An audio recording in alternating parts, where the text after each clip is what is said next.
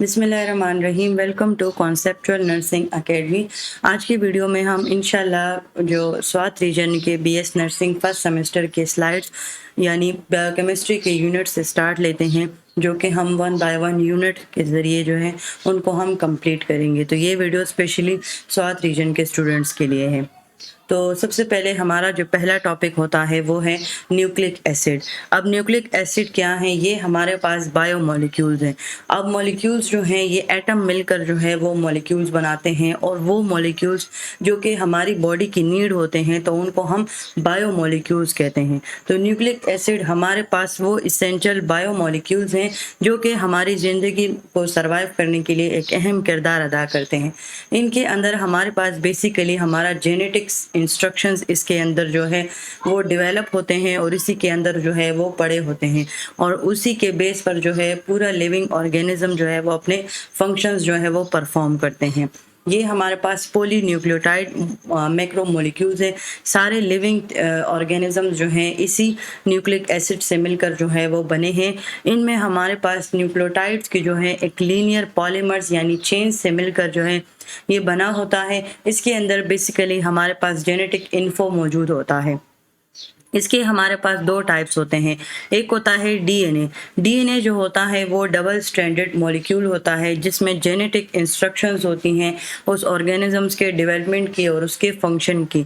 यानी हमारे जो लिविंग ऑर्गेनिज्म जिसके बिहेवियर में आ जाता है, या उसके जितने भी जेनेटिक इंफॉर्मेशन होती है, उसका बिहेवियर हो गया, उसका आई कलर, उसका जो है हेयर कलर, उसका स्किन कलर, ये सारी उसकी जेनेटिक इंफॉर्मेशन होती हैं जो कि मज़ीद उसके डेवलपमेंट और फंक्शन में जो है वो अहम किरदार अदा करती हैं। तो डीएनए में बेसिकली हमारे पास ये जेनेटिक इंफॉर्मेशन है ये मौजूद होता है। अब हमारे पास जो सेकंड टाइप है वो है आरएनए। आरएनए जो है ये हमारे पास सिंगल स्ट्रैंडेड मॉलिक्यूल्स होते हैं। जो आपको ये जो शेप नज़र आ रही है ये हमारे पास जो है ये आरएनए होते हैं। तो ये जो आरएनए है इसका प्रोटीन सिंथेसिस में एक बहुत अहम किरदार है, और एक ये जेनेटिक इंफॉर्मेशन की ट्रांसमिशन में जो है वो अहम किरदार अदा करता है। ये हमारे पास एक लिविंग ऑर्गेनिज्म का सेल है, और जो हमारे पास उसके सेल मेम्ब्रेन है, सेल वॉल मौजूद होती है। अगर हम एनिमल सेल की बात करें तो एनिमल सेल में सेल वॉल जो है वो मौजूद नहीं होती, सेल मेम्ब्रेन मौजूद होता है। अगर हम प्लांट सेल की बात करें तो प्लांट सेल में सेल वॉल मौजूद होती है। इसके अलावा सेल के अंदर उसके जितने भी हमारे पास सेल के अंदर उसके जितने भी पार्ट्स होते हैं उनको हम सेल ऑर्गेनेल्स बोलते हैं, यानी सेल के हिस्से। फिर इन पार्ट्स में जिसमें जो है गोल्जी अपैरेटस आता है, एंडोप्लाज्मिक रेटिकुलम है, इसमें स्मूथ एंडोप्लाज्मिक रेटिकुलम है, रफ जो है उस पर राइबोसोम्स अटैच हैं। तो ये सारे डिफरेंट सेल्स के पार्ट है जिसको हम एनाटॉमी में डिटेल से पढ़ेंगे। तो अभी हम अपने मेन टॉपिक यानी जो न्यूक्लियोटाइड्स है उसकी हम बात करते हैं।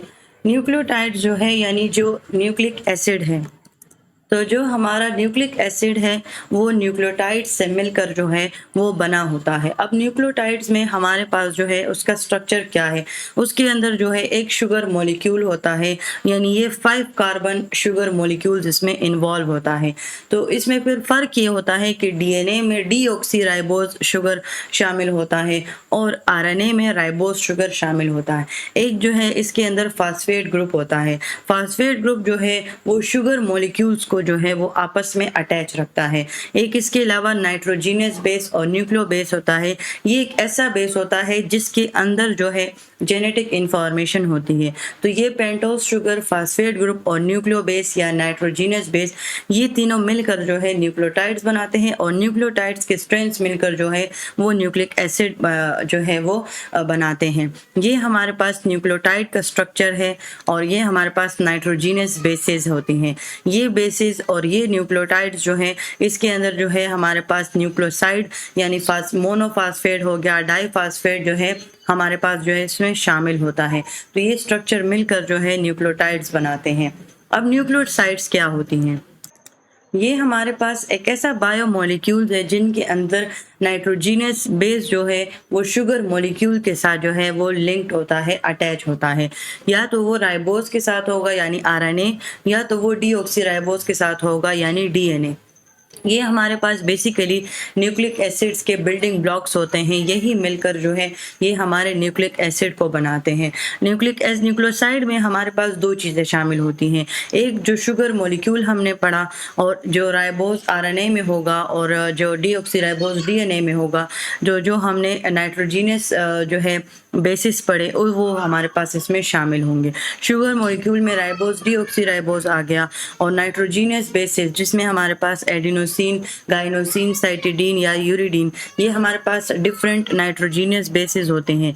तो ये दोनों मिलकर जो है हमारे पास न्यूक्लियोसाइड्स बनाते हैं। इसके फिर हमारे पास डिफरेंट टाइप्स है, यानी डीएनए जो है उसके डिफरेंट टाइप्स है, जिसमें हमारे पास 2-डीऑक्सी एडिनोसिन 5 मोनोफास्फेट है, यानी जिसको हम डीऑक्सीडिनाइलेट DAMP कहते हैं, या डीऑक्सी ग्रैन्युलेट है, यानी डिफरेंट हमारे पास न्यूक्लियोसाइड्स मिलकर वो डिफरेंट अटैचमेंट शो करेंगे। तो ये हमारे पास डीएनए के डिफरेंट टाइप्स में आ जाता है।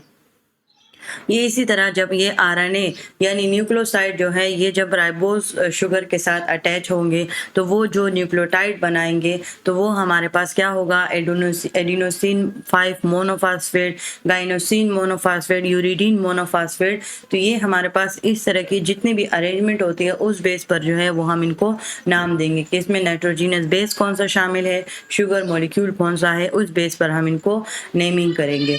अच्छा, जो हमारे पास बॉन्ड जो है शामिल होता है तो वो फास्फोडाइईस्टर बॉन्ड होता है। अब ये जो बॉन्ड है ये बहुत ज़्यादा इम्पॉर्टेंट है। अब ये इम्पॉर्टेंट क्यों है, क्योंकि ये एक ऐसा टाइप का कोवैलेंट बॉन्ड होता है। कोवैलेंट बॉन्ड यानी इसमें इलेक्ट्रॉन्स जो है शेयरिंग होती है, मतलब कि दोनों जो हमारे पास रिएक्टेंट्स होते हैं वो इलेक्ट्रॉन्स की शेयरिंग करते हैं। तो ये जो फास्फोडाइईस्टर बॉन्ड होता है ये एक ऐसा टाइप ऑफ कोवैलेंट बॉन्ड होता है जो कि न्यूक्लियोटाइड्स को जो है वो इकट्ठा रखेगा, यानी जो डीएनए है, जो आरएनए है, उनको जो हमने न्यूक्लियोटाइड के स्ट्रेंथ पढ़े तो ये उनको जो है वो इकट्ठा रखेगा। ये बेसिकली जो है फास्फेट ग्रुप ऑफ एक जो है एक न्यूक्लियोटाइड के फास्फेट ग्रुप के दरमियान में और दूसरे ग्रुप के शुगर मॉलिक्यूल के दरमियान में जो है ये प्रेजेंट होता है। अब पॉलीमर्स ऑफ न्यूक्लियोटाइड्स का मतलब ये होता है, पॉलीमर्स का मतलब होता है कि ये जो है छोटे छोटे न्यूक्लियोसाइड्स मिलकर इन्होंने जो है न्यूक्लिक एसिड का जो है वो स्ट्रक्चर बनाया है, यानी ये पॉलीमर्स हैं। अब जिस तरह हमने फास्फोडाइईस्टर बॉन्ड की बात की कि ये जो हमारे पास बॉन्ड होगा ये एक मॉलिक्यूल के, यानी ये जो है एक न्यूक्लियोटाइड के फास्फेट ग्रुप के दरमियान और दूसरे न्यूक्लियोटाइड के शुगर मॉलिक्यूल के दरमियान जो है ये बॉन्ड जो है वो प्रेजेंट होगा। इसी तरह हमारे पास डीएनए के जो हाइड्रोजन बॉन्डिंग होती है ये भी हमारे पास डीएनए के स्ट्रक्चर को स्टेबलाइज करने में जो है एक अहम किरदार अदा करती है। अब ये जो हमारे पास डीएनए जो है चूँकि डबल स्ट्रैंडेड स्ट्रक्चर है तो इसमें जो दो स्ट्रैंड जो है उसको जो है हाइड्रोजन बॉन्ड जो है उसने जो है वो बॉन्ड किया हुआ है। अगर ये ना हो तो फिर ये जो डीएनए में जो हम दो डबल स्ट्रैंडेड डीएनए स्ट्रक्चर है हमारे पास तो ये फिर मेंटेन नहीं हो सकता। इसमें जो है जो हाइड्रोजन बॉन्डिंग होती है वो बेसिकली जो डीएनए जो है जिन नाइट्रोजीनियस बेसिस से मिलकर बना है ये उनको जो है वो अटैच रखता है। अगर आप इस पिक्चर को देखें तो इसमें इसने थाइमीन और एडेनिन के दरमियान में हाइड्रोजन बॉन्डिंग है और इस तरह साइटोसिन और गवानीन के दरमियान में जो है वो हमारे पास हाइड्रोजन बॉन्डिंग है। ये डीएनए का डबल हेलिक्स स्ट्रक्चर है। तो ये जो हमारे पास ये जो डबल हेलिक्स स्ट्रक्चर है ये हाइड्रोजन बॉन्डिंग के दरमियान बॉन्डिंग इसमें मौजूद है नाइट्रोजीनियस बेसिस के दरमियान। अब न्यूक्लियोटाइड्स का फंक्शन क्या है, ये पॉलीमराइज होते हैं डीएनए और आरएनए को बिल्डअप करने में। जिस तरह मैंने पॉलीमराइज को पहले ही क्लियर कर दिया कि ये एक ऐसा प्रोसीजर होगा जिसमें छोटे मॉलिक्यूल्स मिलकर जो है एक मैक्रो मॉलिक्यूल बनाते हैं। इसके बाद ये एक एनर्जी करेंसी है हमारे पास जिसमें एटीपी आता है, जीटीपी आता है। दूसरा ये एक्टिव इंटरमीडिएट्स को कैरियर का जो है वो एक सपोर्ट देता है एज अ कैरियर जो है डिफरेंट मेटाबॉलिक पाथवे जिसमें यूडीपी ग्लूकोज ग्लाइकोजन कन्वर्जन आ गया या ग्लूकोज इन ग्लाइकोजन सिंथेसिस आ गई, एसएएम आ गया।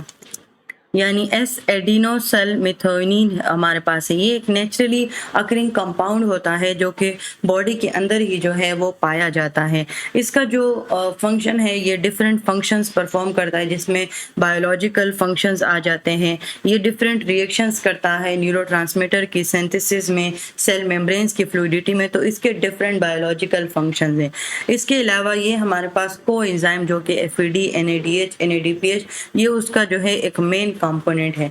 इसके अलावा ये सेकंड मैसेंजर्स का भी काम करते हैं एएमपी और जीएमपी के लिए। यानी एएमपी एडिनोसिन मोनोफास्फेट हो गया, या एडिनोसिन जो है डाईफास्फेट हो गए, ट्राईफास्फेट हो गए, तो ये उनके लिए एज अ सेकंड मैसेंजर्स जो है ये काम करते हैं। तो जो हमारे पास एएनपी है यानी एडिनोसिन मोनोफास्फेट, इसका जो फंक्शन होता है वो एनर्जी मेटाबॉलिज्म, जिस तरह हमने पहले बात की, इसी तरह ये जो है सिग्नलिंग का काम करता है, यानी मॉलिक्यूल्स के दरमियान में ये सिग्नलिंग करेगा और न्यूक्लिक एसिड को सिंथेसाइज करेगा। इसी तरह जो है हमारे पास जो डाईफास्फेट है, यानी जो हमारे पास जीएमपी है, तो वो क्या करता है, वो भी न्यूक्लिक एसिड की सिंथेसिस में, सिग्नलिंग में हमारे पास जो है वो अहम किरदार अदा करता है। तो ये उनके लिए एज अ सेकंड मैसेंजर्स काम करते हैं। इसके अलावा ये हमारे पास मेटाबॉलिक पाथवे की जो है वो रेगुलेशन करता है, जिसमें ये एटीपी जो है वो इनहिबिट करता है पीएफके1, यानी फास्फोफ्रक्टोकाइनेज 1। ये हमारे पास एक रेगुलेटरी एंजाइम होता है जो कि ग्लाइकोलाइटिक पाथवे में जो है वो शामिल होता है। ये जो फ्रक्टोज 6 फास्फेट जो है, जब फ्रक्टोज 1,6 बाईफास्फेट में कन्वर्ट होता है तो वो इस एंजाइम के तौर पर होता है। आगे हम मज़ीद जो है वो कन्वर्जन पढ़ेंगे तो उसके आपको अच्छे से समझ आ जाएगी।